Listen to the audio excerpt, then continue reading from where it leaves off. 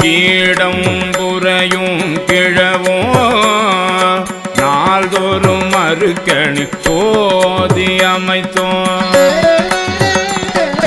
திருத்தகு மதியில் தன்மை வைத்தோ திந்திரல் தீயின் வெம்மை செய்தோ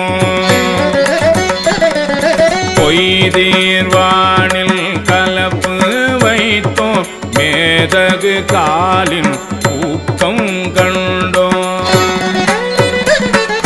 நிழல் திகழ் நீரில் இன்துவை நிகழ்ந்தோ வெளிப்பட மண்ணில் திண்மை வைத்தோ